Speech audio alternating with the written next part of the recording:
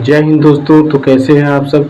अरे बबुआ सुनो, आज की वीडियो में फ्रांस की जो क्रांति थी वो लोगों के खाने पीने और बाहर तक ही नहीं सीमित रही, उसके शर्ट पैंट और चड्डी बनियान तक घुस गई। यहाँ तक बदलना पड़ा फ्रांस की क्रांति में। हुआ क्या, देखो, जब फ्रांस की क्रांति हुई तब लोगों सबको मिल के जागरूक आंदोलन किए। तो हुआ क्या, किताबें छपती थी लोगों को जागरूक करने के लिए, पर्चियाँ छपती थी, पर्चियों में लिखा जाता था कि राजा है, ये मेरे साथ ये अत्याचार किया है, तुम लोग के साथ भी कर सकता है, तुम लोग सुधर जाओ। तो ऐसे पर्चे छपते थे, किताबें छपते थे, मोटी मोटी एकदम किताबें छपती थी राजा के खिलाफ कि देखो राजा इतना अत्याचार कर रहा है तुम पर। पर्चियाँ छपती थी, पैम्पलेट छपते थे। लेकिन मोटी मोटी किताबें जो वो शहर का आदमी तो पढ़ रहा है, लेकिन गांव का नथुलाल को दे दो तो अरे सरवा की है ये लिखल, समझ में आ नहीं रहा है। कुछ तो है पर पता नहीं चल रहा है तो है आखिर क्या। तो बस इसीलिए तो उन लोगों ने क्या किया, जो लोग गांव के अनपढ़ लोग थे जो नहीं पढ़ पाते थे उन लोगों के सामने पैम्पलेट ले जाते थे, किताब ले जाते, जोर जोर से कहते थे राजा ने हम साथ अत्याचार किया, मेरी गायों को राजा ने छीन लिया, मेरी बकरियां राजा ने छीन ली, मैं बोलने गया तो मुझे मार डाला। ऐसा करते थे। मैं बोलने गया तो मुझे लतियाया, बहुत मारा, देखो खून नहीं कर रहा। पूरा मतलब पैम्पलेट में जो लिखा रहता था वैसे जाके लोगों के सामने पुलिस को पूरा बोलते थे। एग्जाम्पल के लिए जो अत्याचार होता था राजा के खिलाफ, जो राजा लोग को दबाता था, ले जाके पूरा बोलते थे उन लोगों के सामने। और इससे भी बहुत लोग नहीं जानते थे कि तुम बोल रहे तो तुम जहाँ बोलेगे वहाँ पर क्लब्स खोलते थे लोग के, राजनीतिक क्लबों में बोलते थे। तो क्लबों में सभी लोग आते नहीं थे, तो गाँव देहात में लोग नाटक भी करते थे ताकि लोगों को और जागरूक किया जाए। जैसे हमारे यहाँ रामायण का नाटक होता था, वैसा होता था। एक राजा बनता था, वो मजदूर पर अत्याचार कर रहा है, उसके बाद फिर राजा को और मजदूर लोग मिल के, गरीब लोग मिल के, वहाँ की जनता मिल के बांध लिए हैं। और बांधने के बाद कोई झाड़ू से, कोई चप्पल से गांव देहात की महिलाएं मार रही है, गाँव मेरे की चाची मार रही, और बगल में चल मार चाची मार मार मार, मुंह तोड़, मुंह तोड़, मुंह तोड़, ऐसे पूरा एकदम। तो ऐसे राजा के खिलाफ लोगों को जागरूक किया गया।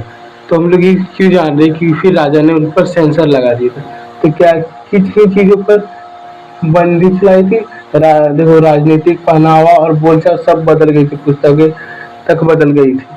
तो ऐसा क्यों बदला, क्योंकि 1789 के बाद फ्रांस में पुस्तकें महिलाओं बच्चों के जीवन में बहुत मतलब पुस्तकों में महिलाओं के जीवन में और बच्चों के जीवन में अनेक परिवर्तन है। क्रांतिकारी सरकार ने कानून बनाया और स्वतंत्रता एवं समानता रोजाना की जिंदगी में थी वो लागू कर दी।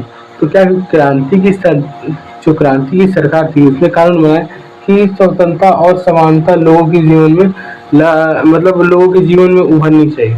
तो वो कानून बनाया। भारतीय के 1789 के महत्वपूर्ण कानून सेंसर से संबंध। तो राजा एक सेंसर बनाया था। तो हम लोग ने अभी जो एग्जाम्पल लाया तो ऐसा एग्जाम मतलब हो रहा था वहाँ पर, लोग राजा को पूरा भय हुआ कि लोग वैसे जागरूक हो जाएंगे और मेरे खिलाफ क्रांति करेंगे। तो राजा ने एक सेंसर लगाया। तुम्हें राजा के जो क्या बोलते हैं उसको, तलवा चाटने वाले को क्या बोलते हैं, चमचा।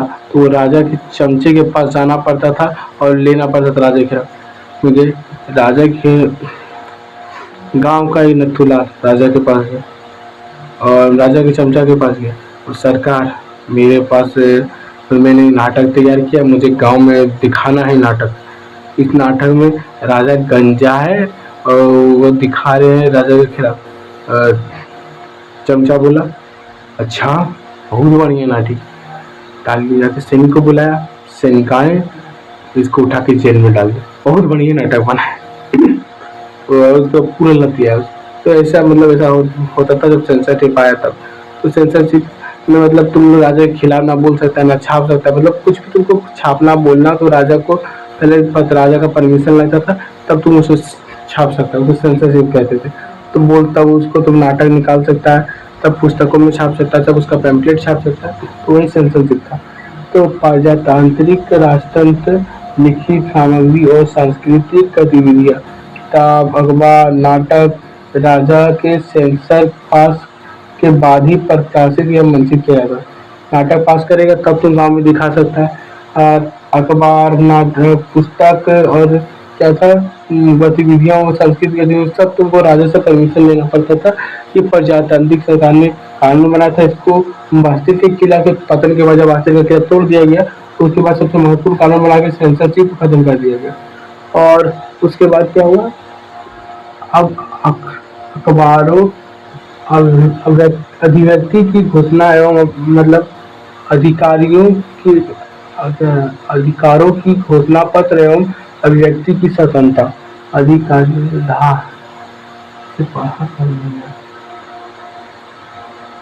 अधिकारों का घोषणा पत्र एवं अभिव्यक्ति की स्वतंत्रता का नैतिक अधिकार। तो अब अधिकारों का घोषणा पत्र मतलब अब बनाया गया कि आम जनता का भी कोई मतलब उसका कोई भी अधिकार है, मतलब जीने का अधिकार और पढ़ने का अधिकार, ऐसा कुछ मतलब कुछ कुछ अधिकार अभी बनाया गया आधिकारिक घोषणा पत्र, उसमें कुछ कुछ अधिकार दिए गए। ठीक है। और क्या हुआ, अभिव्यक्ति की स्वतंत्रता मतलब तुम जाके चौराहे पर जाके पूरा गाली दे रहे हो तो तुम्हें कुछ नहीं बोला जाएगा। तुम गांव देहात में तो लोग झगड़ा कर पूरा गाली गलौज हो रहा है, राजा के खिलाफ बोल रहे हो, ये सब मतलब अभिव्यक्ति की स्वतंत्रता। तुम देश के खिलाफ बोल देश की, और तुम क्या जैसे अखबार वगैरह का राज्य के खिलाफ छाप रहे, मतलब जो कानून है जो सरकार है उसके खिलाफ देश के खिलाफ छापना, देशद्रोह मतलब देश के खिलाफ देश के विद्रोह में कि तुम मतलब तुम हिंदुस्तान में रह रहे हो और पाकिस्तान के नारे लगा ले, तब तुम्हारा देशद्रोह कि तुम हिंदुस्तान में हिंदुस्तानी नागरिक हो, तुम्हारे पास हिंदुस्तानी सिटीजनशिप है, तुम यहाँ जन्म ली, तुम किसी और देश की तारीफ कर रहे हो तो वो देशद्रोह। और उसी तरह तुम किसी और सरकार के बारे में बोले, मतलब इंडियन गवर्नमेंट, ना कि उस गवर्नमेंट के साथ कोई पार्टी रहती है, जैसे हमारे देश में बहुत सारी पार्टी है, तो किसी भी पार्टी का तुम तारीफ कर रहे हो और गवर्नमेंट तो वो मतलब किसी पार्टी का तुम विरोध कर रहे हो तो वो देशद्रोह नहीं, गवर्नमेंट मतलब भारत सरकार। और भारत सरकार हर मतलब कोई भी पार्टी सरकार में आई तो वो अलग, पार्टी अलग है और सरकार अलग है, दोनों एक चीज नहीं, पार्टी अलग है और सरकार अलग। तो सरकार के खिलाफ जाना, पार्टी के खिलाफ तुम जा सकता है क्योंकि वो तो हक है सबका कि पार्टी को गलतियाँ करिए तब ना उसके खिलाफ जाकर अपने देश को बचाएंगे उससे। तो ऐसा तो वही है व्यक्ति की तरह अधिकारों को घोषणा पत्र अभिव्यक्ति स्वतंत्रता, हम कुछ बोल सकते हैं, कुछ लिख सकते हैं, जैसे किताब अखबार कहीं भी कुछ भी लिख सकते हैं जो हमारा मन करे। उसके बाद परिणाम स्वरूप शहरों में अखबार, पर्चे, पुस्तकें एवं छपी हुई तस्वीरों की बाढ़ आ गई। परिणाम स्वरूप क्या हुआ, अखबारों पर्चे सब की पूरा बाढ़ आ गई, एकदम पूरा भर गया। हाँ शहर में इतना भर गया मत पूछो, पूरा भर के लोगों के घरों में पूरा अखबारें छपने लगी, पूरा पुस्तकें छपने लगी, पर्चे छपने लगी, तस्वीरें छपने लगी, तेजी से गाँव देवास में सब पहुंच गई घटनाएं, पहुंच गई परिवर्तन का विवरण गाँव तैयार में पड़े। अब गाँव में चाची पढ़ रही, ये कानून पास हुआ, धीरे धीरे ये हुआ, अच्छा ये हुआ, और लिंग शर्मा को यहाँ फांसी दे देगी, रॉबर्ट सवेर का सरकार खत्म हो गया, नेपोलियन राजा बना। तो गांव देहात में भी लोग अखबार तो फोटो के माध्यम से सब कुछ पता करने लगे और पढ़ने लगे। अब इतना तुम एक बार देख लो, पढ़ लो, उसके बाद हम लोग आगे चलते हैं। साइलेंस की स्वतंत्रता का मतलब था किसी घटना की विरोधी विचार को व्यक्त करना। प्रेस की स्वतंत्रता का मतलब था किसी घटना के विरोधी विचार को व्यक्त करना कि उस घटना के बारे में विरोधी विचार क्या है और उस घटना के बारे में और दूसरे विरोधी विचार दोनों अलग अलग है। किसी घटना के बारे में कैसे दो लोग दारू पी के चला रहे थे, गाड़ी में पूरा स्पीड में चला और ब्रिज से कूदा दिया और नदी में कूदा दिया, 2 लोगों की मौत हो गई।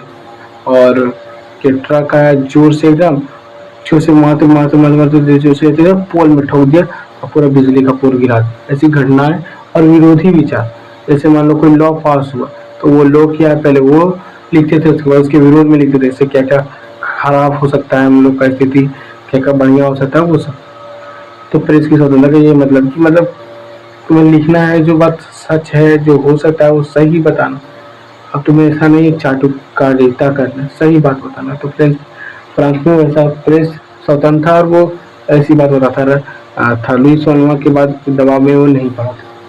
प्रिंटिंग एक पक्ष अपने दृष्टिकोण दूसरे पक्ष को समझ करने की कोशिश करता है, बट प्रिंटिंग के माध्यम से एक पक्ष अपने विचारों को दूसरे पक्ष को समझाने की कोशिश कर रहे हैं। जैसे न्यूज चैनल में आज बहुत से 2 लोग यहाँ बैठे हुए दोनों झगड़ा कर रहे, मेरी बात सही है, मेरी बात सही है, देखो बबू तुम समझो, ऐसा हुआ, ये बात सही है, तो दूसरी पक्ष समझाने को ये हुआ, ये सही है। तो वैसे लोग पूरा मतलब न्यूज चैनल खोल के देंगे तो सामने आएगा, एक लोग समझाने को और समझाने से क्या क्या क्या क्या खोज खोज कर निकालते हैं और समझा रहे वैसा। उसके बाद नाटक, संगीत, ऊंचाई दूर से असंख्य लोगों तक पहुंचने लगे। वहां पर लोगों ने निकाला कि किताबों से तो लोग पढ़े लिखे कुछ लोगों के पास जा रहे हैं, सब लोग तो पढ़े लिखे हैं नहीं, सब लोग पढ़ सकते नहीं, पढ़ेंगे तो कुछ लोग पढ़ सकते तो समझ नहीं सकते नहीं कि साक्षर और शिक्षित में अंतर। कुछ लोग पढ़ सकता है, अब वो पढ़ लिया, जान गया ये, और जानना और समझने में तो अंतर है, जानकारी इकट्ठा करना और उसको समझ जाना वो तो अंतर है। तुम दुखी हो कि तुम जान लो, तुम दुखी हुई तुम समझ लो, वो अंतर है कि तुम्हें पता चले तुम दुखी हो, तुम दुख खत्म करने की कोशिश करो, लेकिन तुम जान लोगे तुम दुखी तो कुछ नहीं करोगे। तुम लोगों को बताते चलो मैं दुखी हूँ, मेरे मुंह से मेरे आंखों से आंसू टपक रहे हैं, समझा। तो ऐसा, तो इसलिए किताबों के बदले नाटक, अरे दादा रे दादा, नाटक छोड़ो, किताबें छोड़ो, नाटक लाओ, संगीत लाओ, उस सारी दिल से निकालो।